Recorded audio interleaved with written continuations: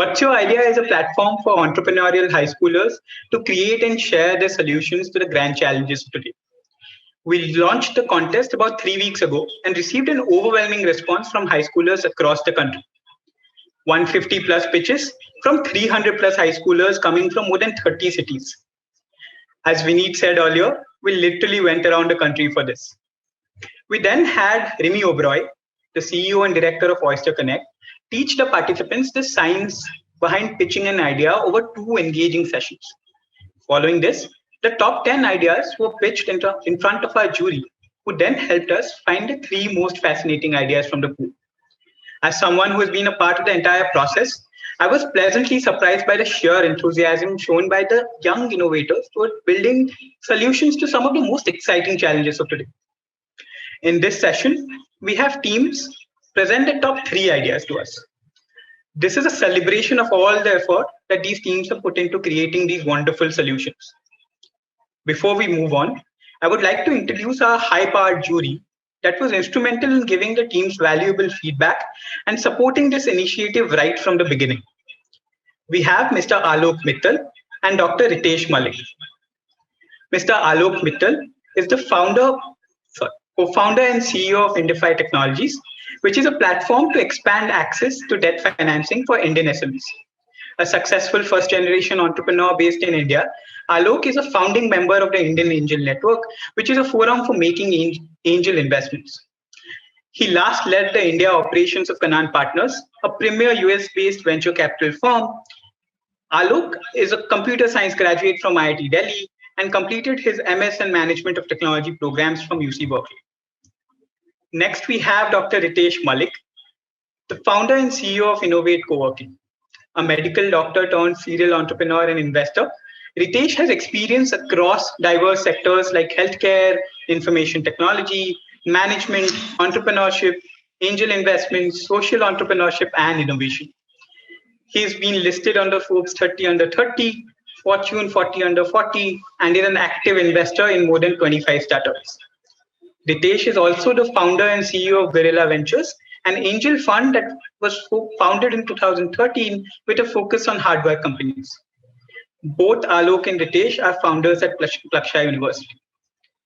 Thank you so much, Alok and Ritesh, for taking time out and being with us today. We now invite the 3 teams to come up and present their ideas one by one through a short 3-minute elevator pitch. Post that, we'll invite Alok and Ritesh to share their advice for the entrepreneurs of tomorrow. Before getting into this, I would like to first thank Alok and Ritesh again for taking time out and joining us. And then we'll begin with our first team. The idea is called India RTI, inviting Adi Krishna on screen. Adi, over to you. Many believe the RTI Act was the most momentous and reformative act in Indian history. Do you know, since 2005, over 40 million RTIs have been filed, but less than 0.01% are in the public domain? Good evening. My name is Adi Krishna, and I'm the founder of India RTI. And tech enables social enterprise for government transparency. Using AI, India RTI intends to build the first comprehensive repository and wiki-style pages for RTIs in India. The RTI Act was passed in 2005. Since then, over 40 million RTIs have been filed with a CAGR of 36% and a current rate of 6.5 million per year. However, the full benefits of the Landmark Act have not been realized by the common citizen. This is due to 2 main reasons. Number 1, less than 0.01% of the RTIs are in the public domain. Number 2, a high rate of duplicate and follow-up requests because processes are very cumbersome. The implication of this, most of the common citizens have been left untouched by the virtues of this act. So what is our solution? An AI-based, first ever, comprehensive and holistic repository of RTIs. We want to focus on the 99.99% hidden RTIs and increase the number of publicly available RTIs from 0.01% to 10% in just 2 years, 1,000x increase. Our solution has 3 key features. Number 1, search and download of RTIs filed to date. Number 2, AI-generated wiki-style pages of information collated from various RTIs. Number three, custom reports with in-depth analysis. The product will be a progressive web app accessible through various devices. AI is integral to what we do. We have over 40 million records to be collated, sorted, correlated, and stored. Our wiki style pages will be auto generated and auto updated using AI. So, how will we build the database? Three ways. We are collating few RTIs available on various ministry sites. Number two, through partnerships with central and state chief information commissioners. I'm happy to report that an information commission that is the largest contributor of RTIs has in principle agreed to work with us. Number three, we will crowdsource the remaining RTIs. 450 million plus voters and information seekers are our primary customer segment. RTI filers and responders make up the sub-segments. As for pricing, we intend to follow a freemium model. We should break even in about 2 years with 2,500 subscribers. With the passion for social entrepreneurship, I've been working on this idea for over a year. I've done extensive market research, including interviews with government officials, responders, and filers. They all love the idea. They thought it solves a major problem and is a win-win for all stakeholders. Mr. Raghav Chandra, an accomplished retired IAS officer, is the co-founder. Two professors from IIT Delhi are advisors, and we have other experienced professionals and undergraduates from top universities helping us. We are starting to do fundraising, and I hope you will join us in our mission to contribute towards nation building using the best of AI. Thank you. Thank you so much, Adi. That is really interesting. Amazing to see how you've identified and solved for a critical part of what makes our democracy stronger. Next up is Team TechPal. Team TechPal, the stage is yours. Good evening, ladies and gentlemen. Before I share our business plan with you, let me take you through a story. Meet my Dadi. She's an independent woman and probably has more friends than me. But this digitalized era has left her lonely, restricted, and helpless since she feels challenged carrying out any digital task such as texting her friends or even ordering medicines. She even feels insecure in seeking our help at times. It was when we realized that there are thousands of senior citizens just like her who feel isolated and helpless due to the change in the digitalized world. We at TechPal provide personalized services to teach user interface technology to the elderly right at their doorstep. Senior citizens, especially the ones living alone, find it very hard to do basic digital tasks and feel isolated in the world which is connected via technology.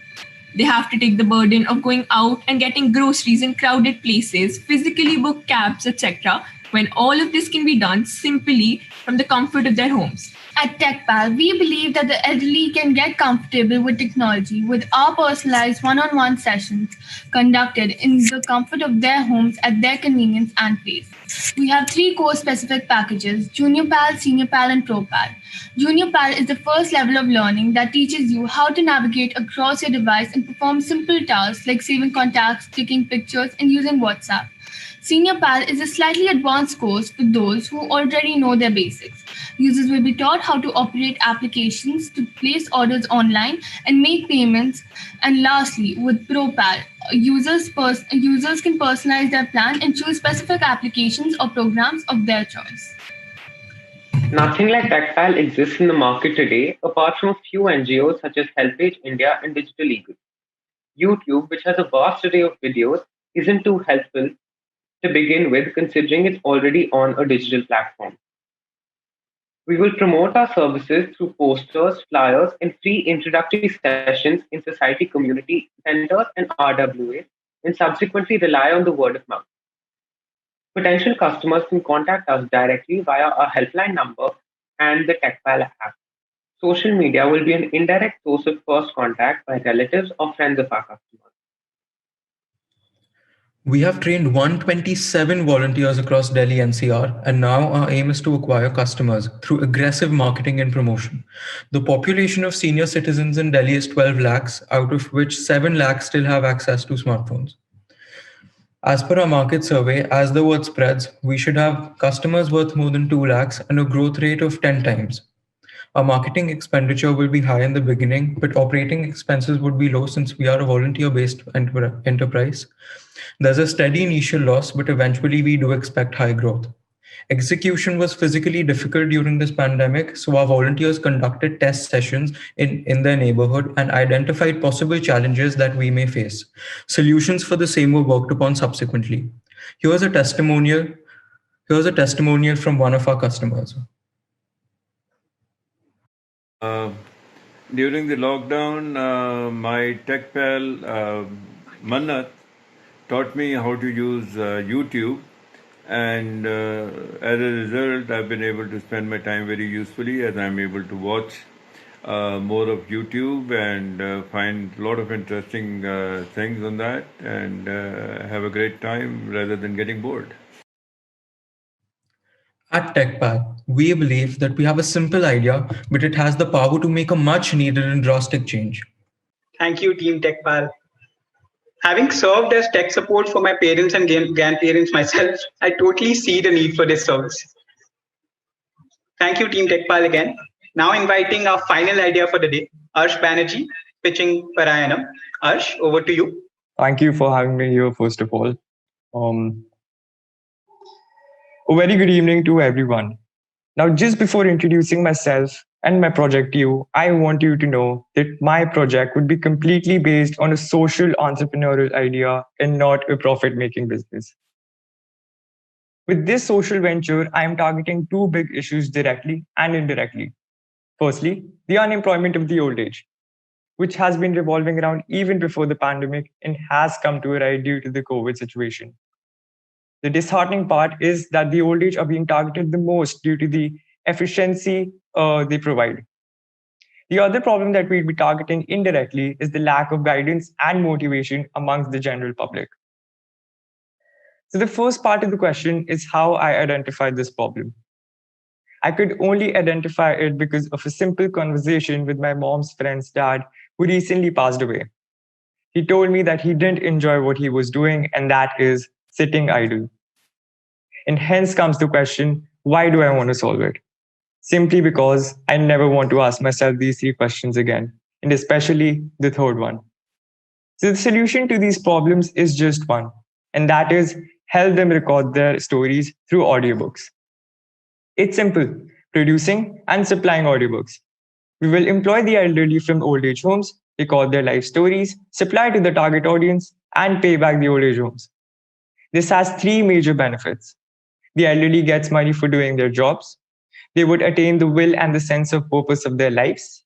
And third, people suffering from lack of motivation would be able to access real life stories and different types of series, such as life regrets and how to deal with them. This would be really beneficial and influential for the youth of today. Now, I have divided my project into 4 phases. In the first phase, our team would travel to old age homes to research about the suitable employees. And once identified, we will agree a short-term contract with them. In phase 2, we will prepare proper scripts which would be directly read by the employees. After this, the speeches will be edited and refined for the final product. In phase 3, as soon as the audiobooks are ready, they will be put up on sale on different online platforms such as NGO websites and promoted on radios, newspapers, etc. In the final phase, the money collected would be distributed to the NGO for food and shelter, while the individual employees get their remuneration. Now, talking about the financials and growth, we would be estimating around 50 audiobooks a year with some minimal expenses. However, expanding to a larger scale, we will be estimating around 500 audiobooks a year with an expansion to other countries such as Japan and China. And this is how I will answer all the 3 questions that I asked myself in the beginning. Thank you and have a great evening, everyone.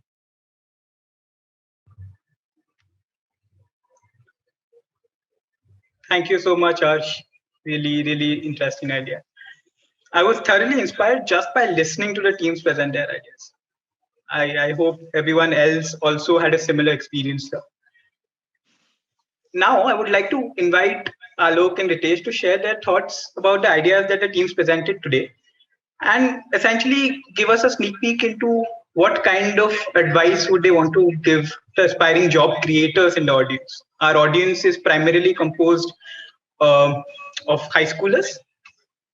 So, any comments there? Ritesh, would you like to go first? Great. So first of all, extremely inspired by what these young kids have actually done.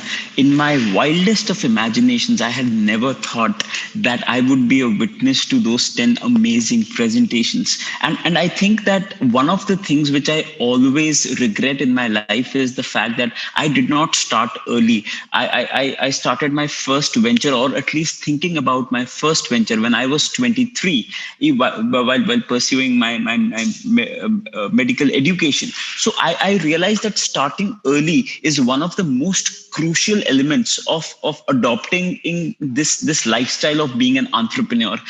Being an entrepreneur is not just about starting a business. It is about accepting change. It is about the fact that you accept something called evolution. From where you start to where you end, you have no clue. But the whole idea about the fact, which Robert Frost rightly says, that in the woods there were two roads that emerged, and I took the one less traveled, and that has made all the difference. I think today, 2020, this is the time when we need to build products by Bharat, for Bharat and the world. And I feel that we are poised with the kind of talent. I totally believe that we are a genetic gold mine when it comes to our genetic makeup.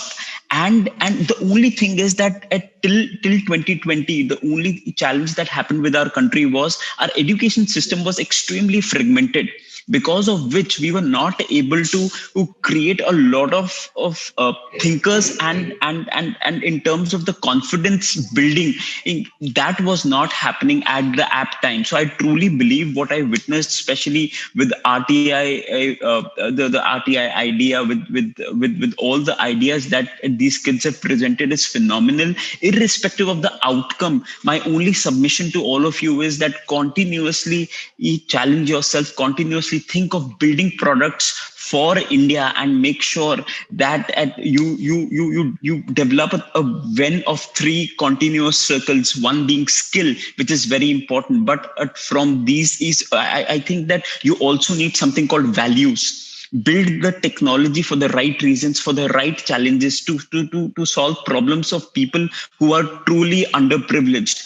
And the third wheel being the attitude, making sure that you actually have an attitude where you do not quit, irrespective of the short-term flaws or failures. And acceptance of failure as a term in your life is so important. Again, our education system really makes us feel completely disheartened by the word failure. I actually failed math in my 7th class, and I realized that the whole society looks down upon you. So this event and is honestly speaking, this event is nothing but the idea behind this Infinity conference at Plaksha is just to make sure that you have the ability to understand that there's so much that can be done with our country, and you are the future of this bright country. And I think our country is in safe hands with the kind of presentations that we witnessed today. Thank you. Thank you, Ritesh. Alok, would you want to go next, please? Absolutely. So first of all, big congratulations to the top three teams. This was a very keenly competed event. So you guys have clearly risen to the top on that. But also congratulations to all the other teams that participated. I think uniformly, the quality of ideas was great. It was great to see real ideas coming from such young students. And that just communicates to me the level of awareness that you have of real problems out there. These were not just ideas that you will put on your college application. And that was nice to see. Also, the range of ideas that we saw was fascinating, right? So it was not all from one area. We had the social part of it. We had elderly care part of it. So very different kind of ideas that we got to see. The genesis of innovation is really in being able to spot market gaps, right? And it is that deep sense of dissatisfaction with the status quo, right? It's almost that when you see a problem, you feel personal pain in just seeing that problem and you want to solve that. And these ideas that you presented may or may not even be the ones that you pursue over the next many months or years. Right? However, the spirit of curiosity that you've demonstrated and that of innovation, that will continue to lead your journeys. So you must kindle this fire, right? Regardless of what idea you pursue, or even whether you pursue entrepreneurship or not, right? This is the fire that will keep lighting your road forward. We are all learners ourselves even today. But if I had to put out three words of advice, right? First, look for problems around you, right? Be extremely contextual. You must understand the problem deeper than anyone else, who you're competing with, right? So don't go and try to look for problems 10,000 miles away, right? There are enough problems that we have. And you guys have already demonstrated that you have the ability to go study those problems, understand the root cause of that, right? So look at what is missing in your school, look at what is missing in your apartment building, in the music or Netflix service that you use, what are the two features you would like to add, right? Just look around yourself and you will understand those problems very, very deeply. Two, tinker shamelessly, right? There's a famous saying that what I cannot create, I cannot understand, right? And so open up your old phone, see what's inside that, fix that light bulb, right? There is enough tinkering opportunities in our homes. And once you develop that culture of tinkering within yourself, you will continue to do that on a lifelong basis. And three, and Ritesh mentioned this, you learn from every setback. Every failure makes your next idea that much more robust, right? So failure is not something that you take and get discouraged by. Failure is something that you take and learn from. And it is part and parcel of our entrepreneurial journeys. So above all, all the very best.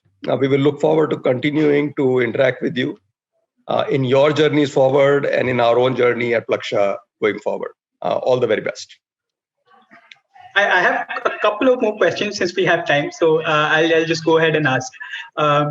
Ritesh, you mentioned about failure. And I know that you innovate is not really your first venture. And I know for a fact that while you were in your college, you tried something out, then you did something else that was acquired, then innovate happened. How has that journey been for you? And where do you place, how important do you think failure has been in that journey?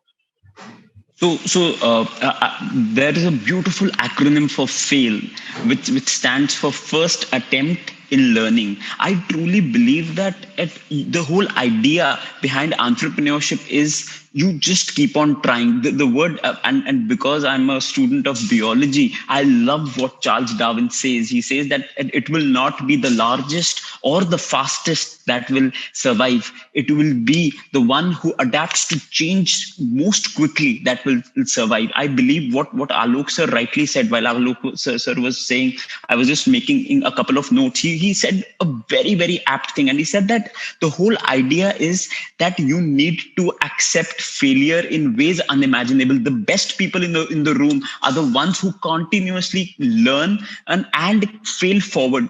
Success is nothing but failure turned inside out. I usually do not talk about a lot of failures that I've had, but there have been so many companies that I had started, and all of them. I also at one point in time started a competitor to Oyo Rooms called Woostays. Massive failure. I had started, so how we started augmented reality was that we thought that doctors are amazingly pressed when it comes to operation theaters. And we thought that let's use augmented reality way back in 2012 to actually solve these problems where doctors in the villages are guided by doctors from great colleges and institutes like Apollo in cities to actually perform deep surgeries, which usually in villages are not performed. But we realized that and the reason that we failed was very extrinsic to our product. The first reason was that 3G was not available in villages back in 2012. And the second reason was that no one wanted to fund this. No government wanted. So failure also teaches you a holistic perspective about the country. So from that, the only thing that you need to do with failure is you can't fail twice on the same problem. The reason is that, and if you are failing twice on the same problem, that means that you have not learned from that mistake. And the last thing that I would like to say about failure is that it's all right to fail. Like the first lesson in entrepreneurship is that you should go out with no expectations, neither from yourself nor from your product, and fail as much as you can. And the only way to fail is to actually stop the procrastination syndrome, where you continuously try to make your product better, but you do not expose your product to the world. The best feedback which will come to you will be from your customers. We realize, and this is a problem with me, when we started Innovate, I almost went 3 months before or launching the product from the time that I should have launched. The only reason was I wanted to be completely sure that my product is loved by everyone. And I realized that will never happen.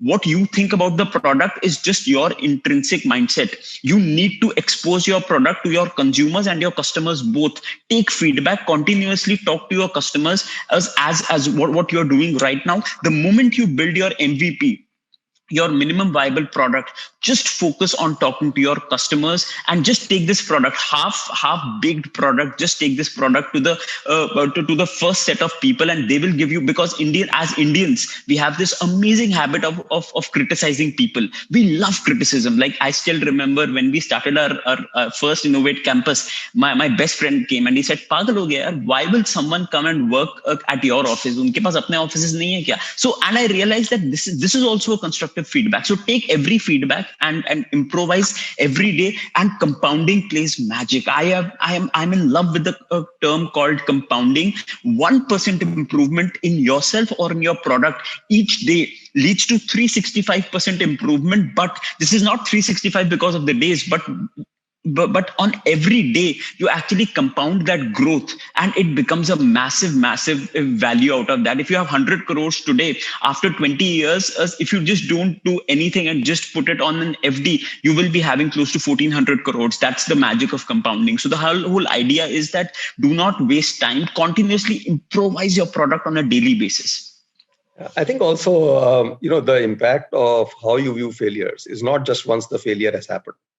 Right? You can always rationalize failure later, right? The real impact of how you perceive failure is before it happens. Because if you've gotten comfortable with the notion that failures will happen, it makes you fearless. It makes you attempt problems that you will otherwise not even go after, right? So this notion of attitude towards failure is not a post facto attitude, right? It is how you approach problems, ideas, entrepreneurship, and risks. Thank you, Alok. Thank you, Ritesh. One final question for Alok. Alok, you mentioned about finding problems closer to home. We all know now that you studied abroad, but you came back and you started your company here. And you've been here for a while now, and you've been investing as well. So how has that experience been in terms of finding a problem closer to home, if you were to expand? Yeah, so my reason for coming back here was not necessarily to find a problem closer to home. I thought the solution context, right, my immediate surroundings, which I understood better, would help me in creating whatever I wanted to create. I think this notion of looking for problems around ourselves is something that has become part of my conviction. As I have built my companies, but also as I have backed entrepreneurs who've done the same thing. And I think very often the difference between the success and failure for the same idea, right? The multiple people will have the same idea at the same point in time. Very often that difference is, A, what is your point of view on the problem, right? Do you understand the problem, better than anything else? We have this notion of 5 whys and, what is the root cause of the problem? And it's very hard to do that by reading a PowerPoint or a secondary research done by someone, right? The second is conviction in the problem. Right? If problems are around you, no one can tell you that is not a problem. Right? So, Ritesh's friend might have gone to him and told him people have their own offices, but as long as Ritesh is in touch with customers day on day who are saying, guys, I need a place to work, someone can't steal away your conviction from there. And that is what makes you last through any entrepreneurial journey, which has its own ups and downs. Right? So yeah, this is something that I believe in deeply. Both for myself, but also for the entrepreneurs that I back. Thank you so much, Ritesh and Alok. Lovely having you here today.